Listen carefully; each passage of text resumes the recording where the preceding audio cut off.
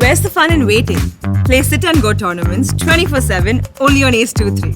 This game involves an element of financial risk and may be addictive. Please play responsibly and at your own risk.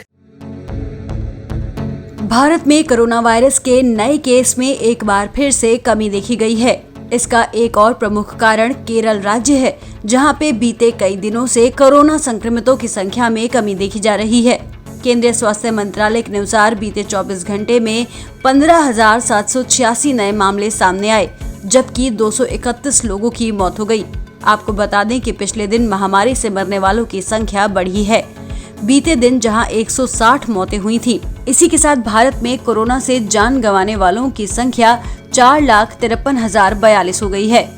आपको बता दें कि जहां एक तरफ कोविड-19 से होने वाली मौतों का आंकड़ा बढ़ा है, तो वहीं दूसरी तरफ एक्टिव केस लगातार कम हो रहे हैं। देश में फिलहाल 1,75,745 एक्टिव केस बचे हैं।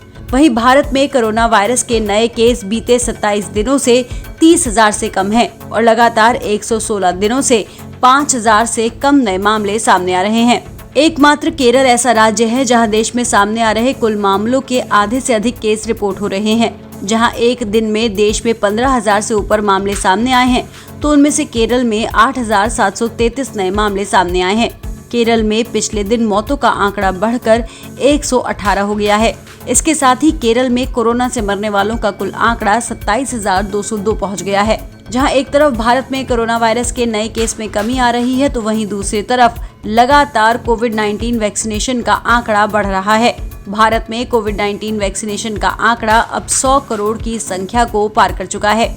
इसी के बारे में बात करते हुए प्रधानमंत्री नरेंद्र मोदी ने आज देश को संबोधित किया।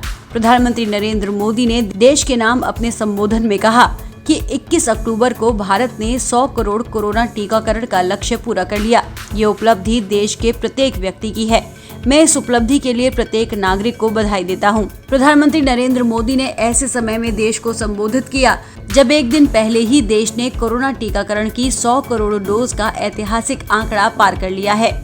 आपको बता दें कि भारत में इस समय रिकवरी रेट 98.16% है, जो मार्च 2020 से सबसे अधिक है। वहीं भारत में कोविड-19 से ठीक होने वाले लोगों का कुल आंकड़ा अब 3,35,14,449 हो गया है। वहीं भारत में एक्टिव केस बीते 232 दिन से सबसे कम आंकड़े पर पहुंच गए हैं। आपको बता दें कि वीकली पॉजिटिविटी रेट भारत में 119 दिन से 3% से कम बना हुआ है। वहीं डेली पॉजिटिविटी रेट 53 दिन से 3% से कम है। इस तरह भारत में जहां कोविड-19 की स्थिति में सुधार देखने को मिल रहा है, तो वहीं दूसरी तरफ त्योहारी सीजन को देखते हुए शासन प्रशासन सभी लोगों से कोविड-19 प्रोटोकॉल का पालन करने की अपील कर रहा है।